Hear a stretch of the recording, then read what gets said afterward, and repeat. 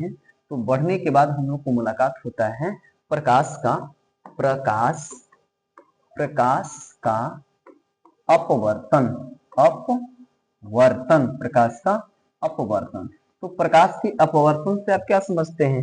तो किसी प्रकाश का अपवर्तन का मतलब है, देखिए प्रकाश क्या है ये सब बात बता दिए हैं मैं अगले वीडियो में, उस वीडियो में आप देख लीजिएगा, क्योंकि लंबा वीडियो करने से अच्छा है जो बढ़ाया हो उस वीडियो को आप देख लीजिए, ठीक है ना।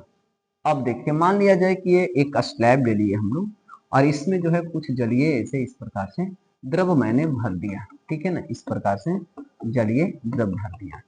अब मान लिया जाए कि इसका नामकरण कर दीजिए ए और बी, सी और डी। अब यहां से कहता है कि देखो कोई भी प्रकाशीय की किरण है ना, कोई भी प्रकाश की किरण एक माध्यम से दूसरे माध्यम में जब प्रवेश करता है, जब प्रकाश की किरण एक माध्यम से दूसरे माध्यम में प्रवेश करता है तो प्रवेश करने के बाद वह अपने पथ में क्या हो जाता है, विचलित कर देता है, अपने पथ में परिवर्तन कर देता है।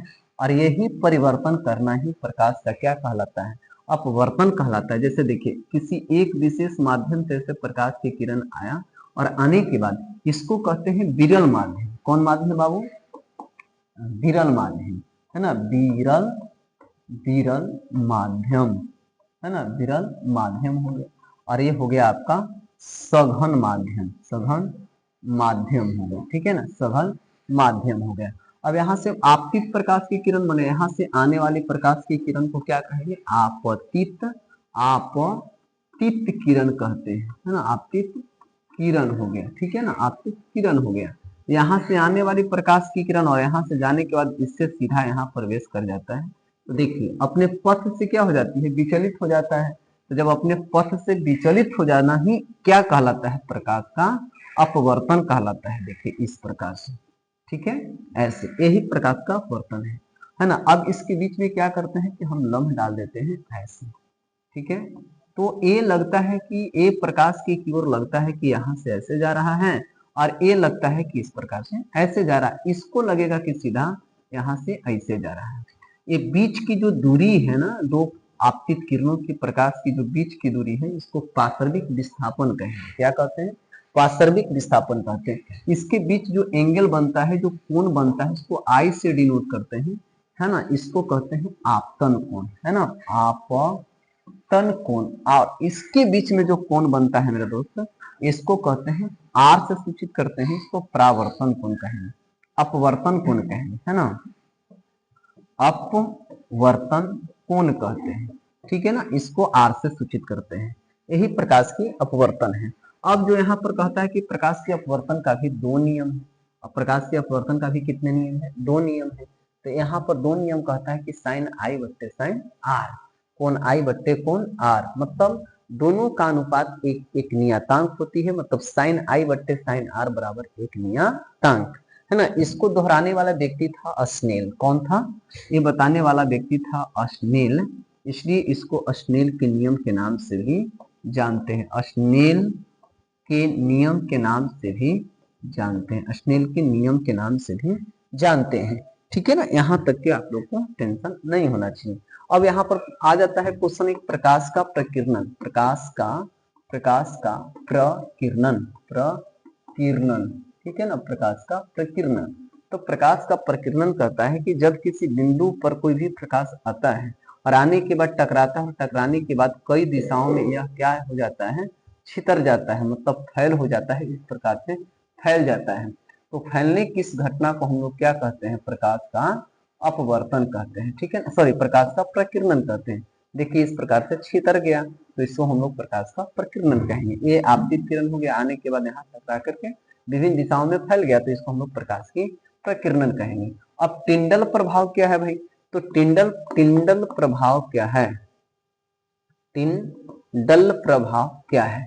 तो टिंडल प्रभाव कहता है कि कोई भी द्रव्य पदार्थ में कोलाइडी कण उपस्थित होते हैं और कोलाइडी कण जब होता है तो कोलाइडी कण में जैसे ही प्रकाश की किरण पहुंचते हैं तो कोलाइडी कण विभिन्न दिशाओं में उसको क्या कर देता है? फैला देता है। तो इसी घटना को हम लोग कहते हैं टिंडल प्रभाव। क्या कहते हैं? टिंडल प्रभाव कहते हैं। यहाँ तक के लगभग आपको कोई समस्या नहीं होनी चाहिए। अब जो एक बात आता है देखिए प्रतिबिंब का, और इसमें भी प्रतिबिंब बनाना है और उसमें भी आपको प्रतिबिंब बनाना है। तो प्रतिबिंब जो होती है, प्रतिबिंब जो होती है जिसको आप इमेज कहते हैं, प्रतिबिंब है ना, प्रतिबिंब जिसको आप इमेज कहते हैं। आप किसी प्रकाशीय स्रोत से निकलने वाली प्रकाश की किरण किसी वस्तु से टकराने के बाद उसी दिशा से टकराकर वापस लौटता है, और लौटने के बाद जो प्रतिबिंब मिलता है या मिलता हुआ प्रतीत होता है तो उसे क्या कहते हैं, प्रतिबिंब कहते हैं। प्रतिबिंब जो होता है वो मुख्य रूप से दो प्रकार का होता है। एक हो जाता है जिसको आप वास्तविक प्रतिबिंब कहेंगे, वास्तविक प्रतिबिंब कहते हैं, और दूसरा जो होता है उसको कहते हैं काल्पनिक प्रतिबिंब। वास्तविक और काल्पनिक प्रतिबिंब। वास्तविक प्रतिबिंब किसे कहते हैं, अगर वास्तविक रूप से मिलता हुआ प्रतीत होता है तो इसे हम लोग वास्तविक प्रतिबिंब कहेंगे, और मिलता हुआ प्रतीत होता है मैंने काल्पनिक रूप से तो इसको हम लोग काल्पनिक प्रतिबिंब कहते हैं। वास्तविक प्रतिबिंब को गाढ़ी लकीर से सूचित करते हैं, जबकि काल्पनिक प्रतिबिंब को डॉट डॉट से इस प्रकार से हम लोग सूचित कर देते हैं। काल्पनिक प्रतिबिंब हमेशा सीधा होता है और वास्तविक प्रतिबिंब जो होता है हमेशा उल्टा होता है। यह दर्पण के पीछे होता है और यह दर्पण के बाद होता है। चलिए आगे बढ़ जाते हैं। अब इसके बाद जो अगर लेंस की बात आता है तो लेंस देखो, लेंस की अगर कहानी बनती है तो लेंस भी हम लोग आगे की ओर बढ़ जाएंगे। तो लेंस जो होता है मेरे दोस्त, लेंस जो होता है वो दो प्रकार का होता है। लेंस जो होता है कितने प्रकार का, दो प्रकार का होता है। एक होता है उत्तल लेंस, है ना, उत्तल लेंस होता है, और एक होता है जिसको आप कहते हैं अवतल लेंस, है ना, अवतल लेंस होता है। एक होता है उत्तल लेंस और एक होता है अवतल लेंस, जिसका देखिए बीच का हिस्सा जिसको मोटा होता है इस प्रकार से, तो इसको हो गया उत्तल लेंस, है ना, और ये जो हो गया आपका अवतल लेंस हो गया। देखिए इस प्रकार से ऐसे है, तो इसको कहते हैं अवतल लेंस, इसको कहेंगे उत्तल लेंस, है ना। लेंस कितने प्रकार का, दो प्रकार का, उत्तल और अवतल होता है।